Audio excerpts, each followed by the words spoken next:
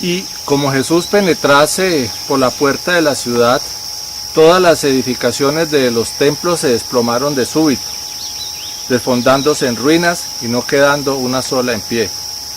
Cuanto a los sacerdotes y a los ministros del culto, fueron invadidos por la demencia de un furor demoníaco, y se golpeaban a sí mismos y clamaban a gran voz: desventurados e infortunados de nosotros, que hemos sido expulsados de nuestros templos. ¿Quién es el autor de esta catástrofe?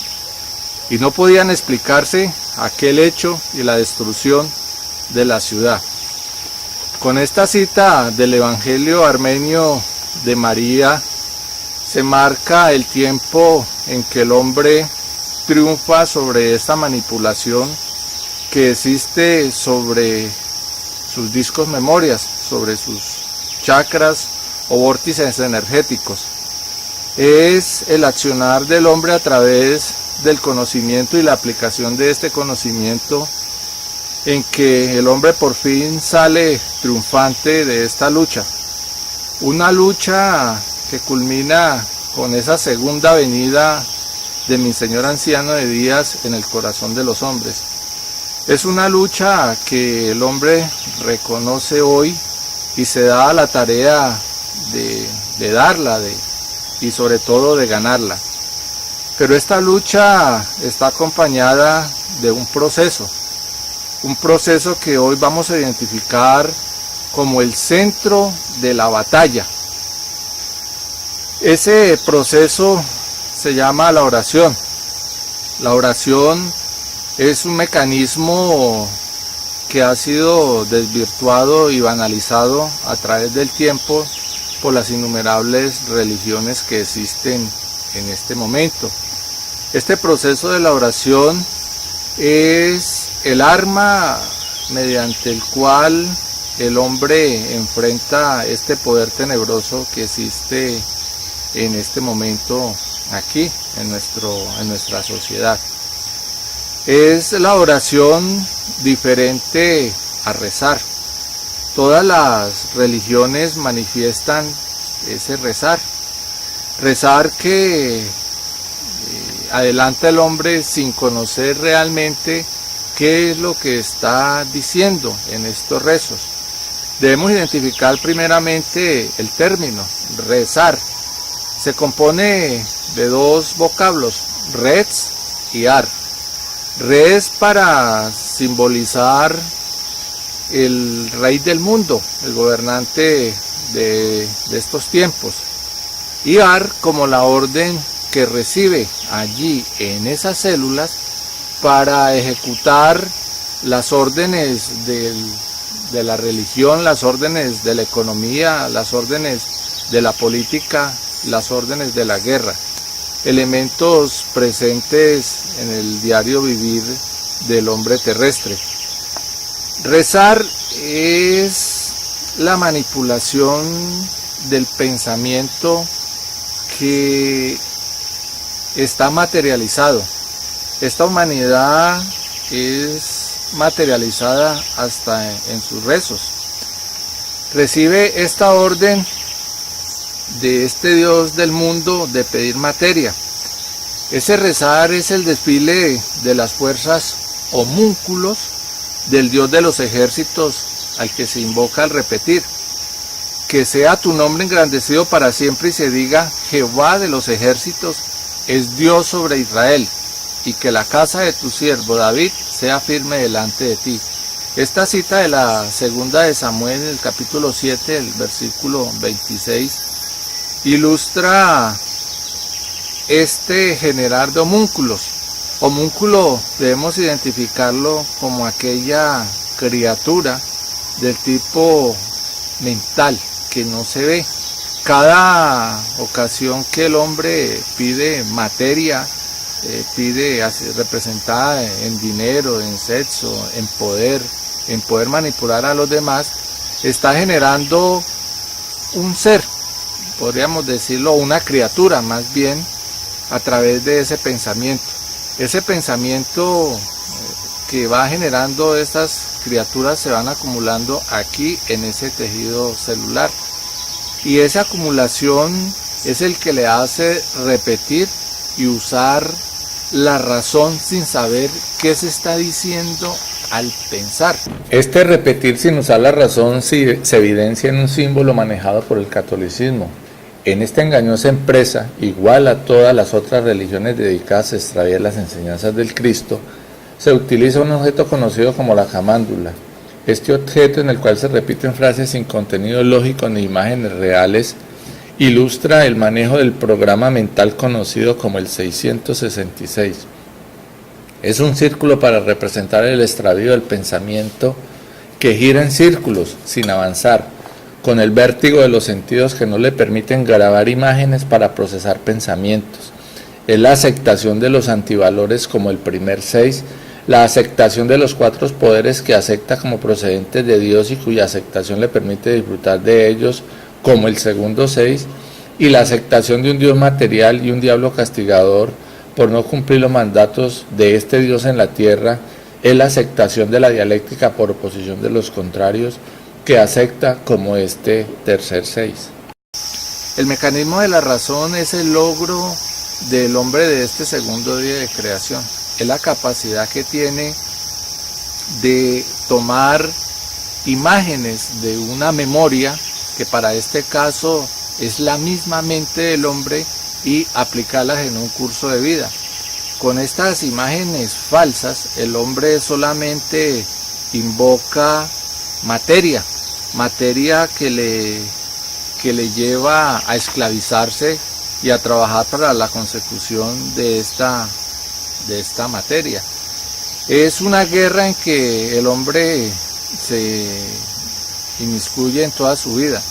Es una guerra que no puede unir nunca las naciones, no puede unir nunca la familia, no puede unir nunca una sociedad. Y estas tinieblas que han impulsado este proceso de guerra se han especializado en el rezar, en el repetir ese Salmo 144, el versículo 1 y 2 de Salomón, que bendice la guerra.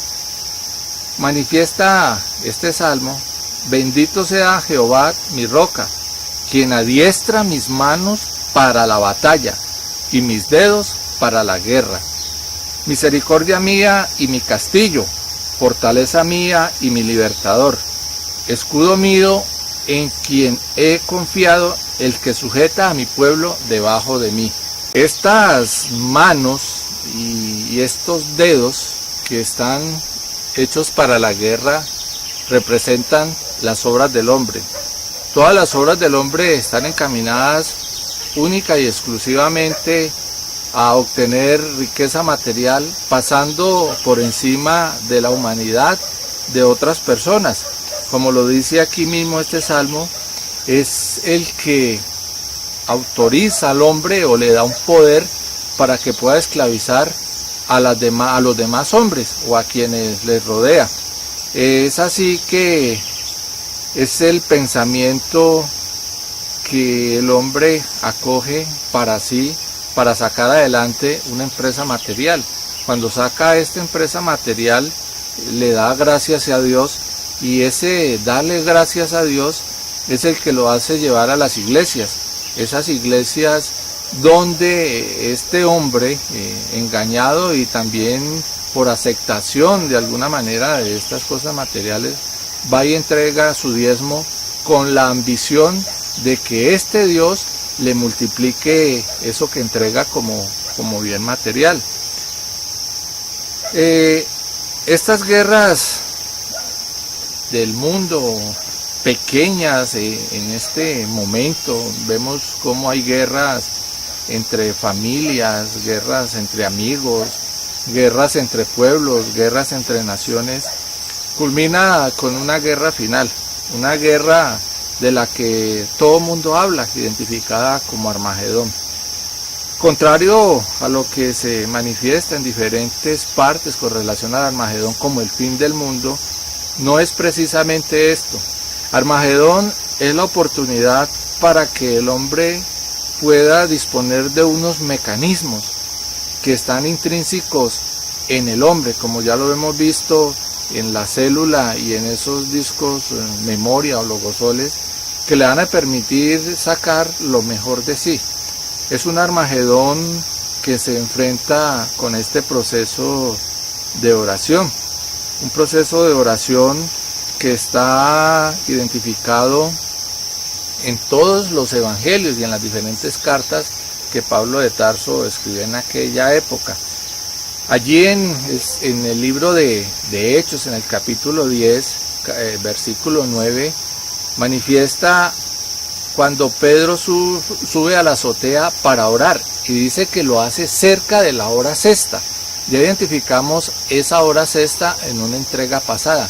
Es el tiempo de la guerra, es el tiempo en que se hace el embate final para aniquilar al hombre terrestre. Igualmente en este libro de Hechos de los Apóstoles, capítulo 10, versículo 30, cuando relata la historia de Cornelio, que va a buscar a Pedro, dice que Cornelio hace 4 días que a esta hora dice que estaba en ayunas, y a la hora 9, mientras oraba en mi casa, vi que se puso de mí delante un varón con vestido resplandeciente. Aparece allí entonces esa hora 9, esa hora 9 donde termina ese holocausto hacia el hombre terrestre, pero ya el hombre en otra dimensión, estando en esa oración que tenemos que identificar que es, enfrente de ahí hacia adelante lo que le depara el resultado de Armagedón, que para la mayoría de la gente va a ser muerte y destrucción. Igualmente en el libro de la carta a los Efesios, el capítulo 6, versículo 18, recomienda allí Pablo de Tarso a esta comunidad de aquella época que debe orar en todo tiempo, con toda oración y súplica. Cuando manifiesta Pablo que se debe orar en todo tiempo, significa un proceso que debe ser durante las 24 horas del día, durante los 7 días de la semana y durante todos los años de la vida del hombre. O sea que el hombre permanentemente debe estar en este estado de oración.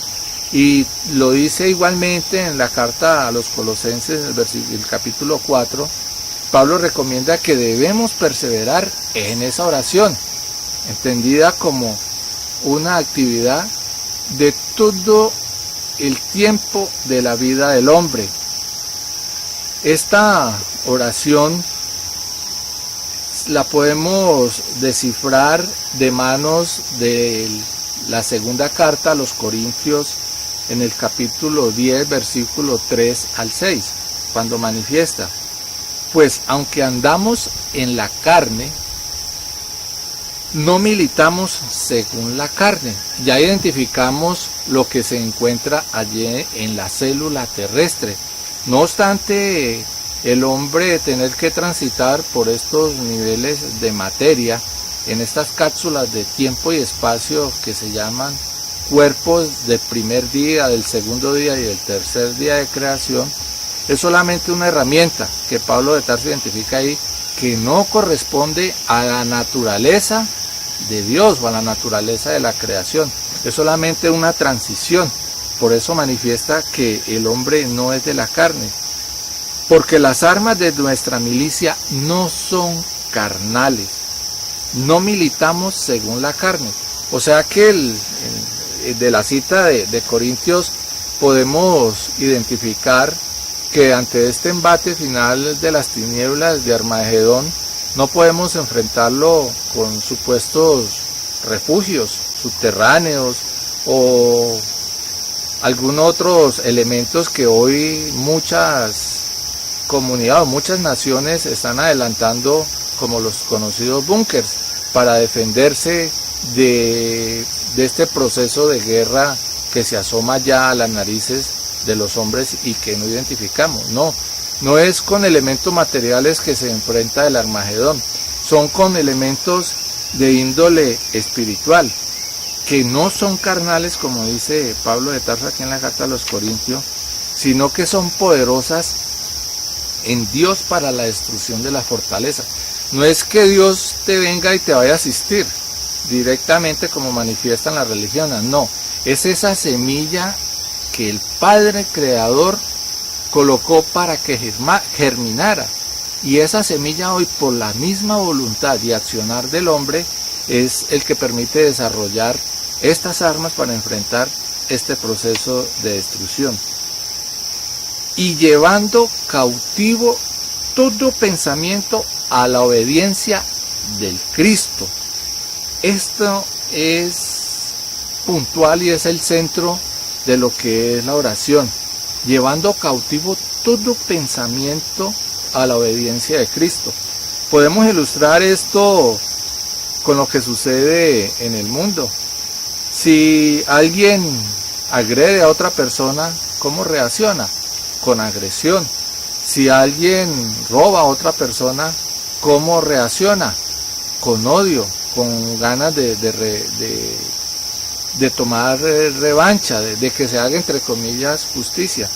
Imaginen cualquier situación a la que nos vemos sometidos los hombres en este mundo, y difícilmente nosotros reaccionamos como reaccionaría el Cristo.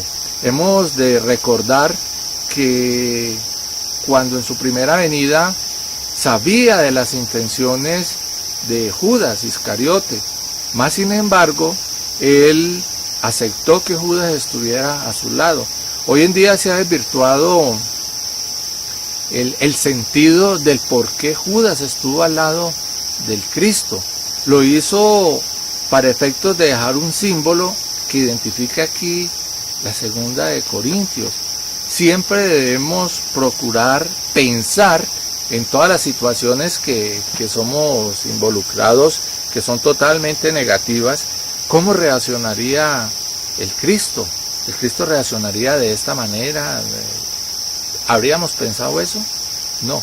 Vemos nada más cómo en la conducción de un automóvil, que por cierto lleva avisos de Jesús y de Cristo por todos lados, van llenos de odio. Siempre van peleando, bajando la ventanilla y agrediendo a la otra persona. Ese no es el mensaje del Cristo. Así no reaccionaría el Cristo. Ese pensamiento que dice allí debe ser el mismo que acompañó a Jesús al momento de la crucifixión. ¿Qué estaría pensando Jesús al momento de la crucifixión? ¿Estaría pensando en ese odio hacia quienes les crucificaban? ¿O estaría pensando solamente en ese proceso de resurrección e inmortalidad? Pues bien, ese proceso de resurrección e inmortalidad es el que debe acompañar en este momento al hombre terrestre cuando se enfrenta a estas fuerzas infernales que le pretenden destruir a partir de esta tercera guerra mundial que se avecina. Es llevar ese pensamiento que se incorpore en la célula, allí en esa tercera y cuarta capa que le permiten acceder al centro de la célula y hacer ese proceso de resurrección. Es manejar todo ese pensamiento tenebroso que a diario estamos generando los hombres. Un ejercicio sencillo para verificar esto: intente usted pensar siquiera por un minuto en algo que sea relevante y que tenga que ver con lo que usted conoce como Dios. No puede hacerlo. Ese minuto siempre es asaltado por pensamientos ajenos al espíritu. Siempre su pensamiento está generando energía basada en lo que tiene como imagen de este mundo material. Usted va a estar pensando en el carro, va a estar pensando en la casa, va a estar pensando en la persona que le agredió. Ese no es el pensamiento del Cristo. Ese pensamiento es el que acompaña a esa célula que le endurece y no le permite generar ese pensamiento del Cristo. Y llevando cautivo todo pensamiento a la obediencia a Cristo, y estando prontos para castigar toda desobediencia cuando vuestra obediencia sea perfecta. Obediencia que es la activación del yo soy, la conciencia que somos como lo manifestó Jesús, y esta es la oración. Escuchemos bien lo que significa orar. Oración es el examen y el dominio de los pensamientos bajos. El pensamiento bajo es el que se genera en estos 3 discos memorias, en el Éfeso, el Esmirna y el Pérgamo, como ya hemos podido conocer a través de las diferentes entregas que ilustran este proceso energético en el hombre, ese pensamiento bajo que se genera aquí, pero alimentado por esas 2 primeras capas de la célula, esas que envuelven allí el tejido viscoso y el tejido del cerebral, el sentimiento, la emoción y la pasión. Debemos empezar a identificar cada uno de los pensamientos que nos acompañan en este momento. Es un pensamiento de mentira, es un pensamiento de la ilusión del mundo. No podemos estar pensando en una casa, en un apartamento, en un carro, en hacerle daño a alguien, en censurar a otra persona. No, no podemos, no es el tiempo de eso. No sería el pensamiento del Cristo. El examen y dominio de ese pensamiento es el que nos garantiza que en esta batalla somos los que pensamos y oramos. O sea, los que pensamos, revisamos ese pensamiento y lo sujetamos a cómo manejaría el Cristo esa situación. Este ejercicio nos llevará en algún momento ya a generar un pensamiento tal cual como lo generaría el Cristo. No pensaríamos y después corregiríamos, no. Por el hacer a diario, todo el tiempo. Por eso dice allí que debemos orar en todo tiempo y en todo momento. A través de este ejercicio de controlar y manejar este pensamiento, iremos generando ese pensamiento que sale de la célula, ese pensamiento que nos lleva a sentirnos vivos aún en un proceso de muerte. Ese proceso de muerte que para esta humanidad será eso, la muerte. Más los que hayan venido trabajando en esta limpieza de la célula, de generar ese pensamiento a partir de del núcleo de la célula y esas 2 capas internas que ajustan ese pensamiento, podrán sobrevivir. No los que pensamos y rezamos, porque orar es conocer a Jesús y ser Él. Este libro, el cual ha acompañado esta pequeña entrega, está encaminado a despertar esa condición de Dios, es identificar esa segunda venida en el corazón de los hombres, pero a través del conocimiento primero de todo lo tenebroso que hay en este planeta. La inocencia y la ignorancia no garantiza un avance en el espíritu del hombre, por el contrario, le atrasan. Es solamente mediante la investigación y el discernimiento lógico que el hombre puede salir adelante en esta batalla que dice acá que somos los que pensamos y oramos, no los que repetimos cosas sin sentido y sin razón, sin esa lógica. Esta oración, ya identificada como ser ese Cristo, es igualmente identificada ya en este sentido en el libro de Mateo, en el capítulo 17, el versículo 21, cuando los apóstoles intentan echar los demonios que poseían esos endemoniados. Hoy, para entender lo que se quería decir allí, es que ese apostolado interior que tiene el hombre, que ya debemos identificar como esos 7 discos memoria y estos 5 sentidos, trabajan para expulsar los demonios que tiene cada uno. No podemos imaginar que le vamos a sacar los demonios a otra persona. Suficiente tenemos con los demonios que tenemos alojados allí dentro de esa célula. Pero esa condición que manifiesta allí Mateo para poder expulsar esos demonios, dice que hay unos tan fuertes, o todos esos demonios que están dentro de la célula del hombre, solamente pueden ser expulsados con oración y ayuno. Oración ya identificando este proceso de el pensamiento que estamos generando y que es eminentemente material, y el ayuno por otro lado no es ir a aguantar hambre como se manejan en las diferentes religiones. No, ayunar es apartarse de estas cosas que hay en el mundo.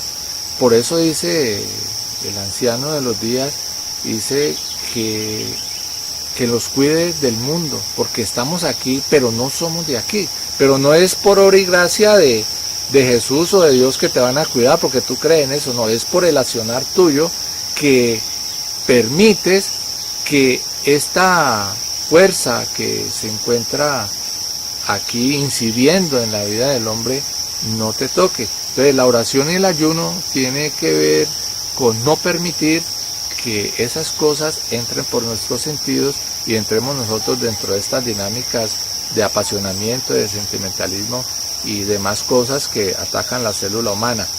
En Hechos 3, versículo 1, habla cuando Pedro y Juan subían juntos al templo y dice que lo hacían en un momento preciso, a la hora novena. Esa hora novena es la hora de la oración. Esa hora novena es la que le permite, después de haber hecho un trabajo continuado durante la hora sexta, a que el hombre sienta que está vivo, que continúe ese corazón energético y ese pulso celular sigan vivos y le permitan hacer eso que se llama la resurrección, que pueda ser la cristificación.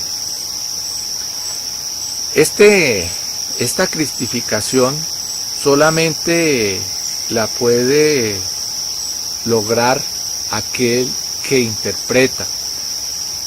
Esto lo manifiesta en la primera carta de Corintios, en el capítulo 14, del versículo 13.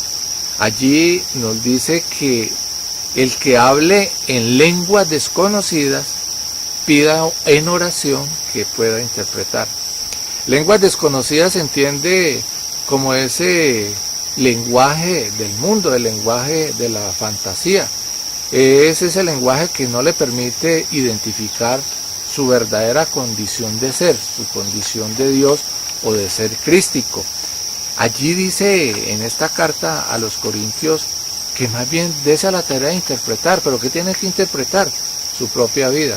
Interprete primero qué es usted en este momento, en este tiempo, qué está haciendo. La mayor interpretación que le asiste al hombre terrestre es identificarse a sí mismo, es poder conocer, como dice Sócrates en su cita, conócete a ti mismo, interpreta quién eres, qué eres y para dónde vas. Ese pensamiento que recomienda aquí Pablo, que debe ser sujetado a la obediencia de Cristo, es igualmente manifestado en el libro de Apocalipsis o el libro de Revelación, ya identificando que en este revela quién es el hombre. Y como esa parte constitutiva del hombre que está representada en el pensamiento, aquí el libro de Revelación en el capítulo 5, en el versículo 8, manifiesta las siguientes palabras. Y cuando hubo tomado el libro, los 4 seres vivientes y los 24 ancianos se postraron delante del Cordero. Todos tenían arpas y copas de oro llenas de incienso, que son las oraciones de los santos. Aparece allí un nuevo término, el incienso. Aquel símbolo entregado por lo que las iglesias manejan como los 3 reyes magos, aquellos hombres que como símbolo llegaron en aquella oportunidad del nacimiento de Jesús en su primera venida, y uno portaba incienso, el otro portaba mirra y otro portaba oro. Este símbolo del incienso, la mirra y el oro, hoy lo interpretamos como ese incienso, el pensamiento altruista. Es el pensamiento que emerge aparte del pensamiento del 666. Hoy identificamos como el pensamiento 999. Es el pensamiento que va hacia arriba, hacia la creación, en una infinita espiral. Es ese pensamiento inteligente del cual se llenan, como dice aquí en esta cita de Revelación, las copas de oro. Esta parte intelectiva del hombre, esa parte intelectiva ubicada en el cerebro que se llena por accionar de esa cuarta capa que se encuentra en la célula y que dice que ajusta exactamente a esta función cerebral. Es esa copa de oro que habla allí, que son las oraciones. Es el cúmulo de energías que le permiten resucitar al hombre, que le permiten continuar en este proceso de creación infinito que ha sido creado por esa inteligencia creadora, por nuestro Padre Creador. Más adelante, en este mismo libro de Revelación, en el capítulo 8, el versículo 3, manifiesta que otro ángel vino entonces y se paró ante el altar con un incensario de oro, y se le dio mucho incienso, o sea, pensamiento altruista, para añadirlo a las oraciones de los santos sobre el altar de oro que estaba delante del trono. Es el pensamiento altruista que se impregna a todo el cuerpo a través de esa partícula minúscula que se llama la célula del hombre. Ese componente que ya vimos de carácter energético, biológico, fisiológico, pero sobre todo espiritual. Es allí, en ese altar, que iniciamos con la cita del Evangelio Armenio de María. Ese altar que hoy se erige para servicio del mismo hombre, que cuando el hombre se sirve a sí mismo, está sirviendo a una causa creadora, que es lo que hablan en las iglesias de servir a Dios, pero no entienden. En Revelación 8:4 continúa narrando, y de la mano del ángel subió a la presencia de Dios el humo del incienso de las oraciones de los santos. Ese humo, ese pensamiento altruista es la conexión que el hombre logra a través de un trabajo, de una perseverancia, de un conocimiento, de un descifrar de sí mismo lo que significa él como esencia de creación, como esa semilla que hoy se identifica en cada hombre y que le va a permitir dar esos frutos, los frutos de que tanto se hablan en los evangelios de Jesús, del Cristo. Es así que orar ya debemos desvincularlo de lo que es esa actividad de rezar. Rezar es entregar el poderío que tenemos todos los hombres, ese poderío que nos permite usar la razón, usar no el mentalismo, es usar la razón, usar, encadenar símbolos, acontecimientos lógicos que nos permitan dar una respuesta coherente a las cosas que nos afligen. Hemos venido compartiendo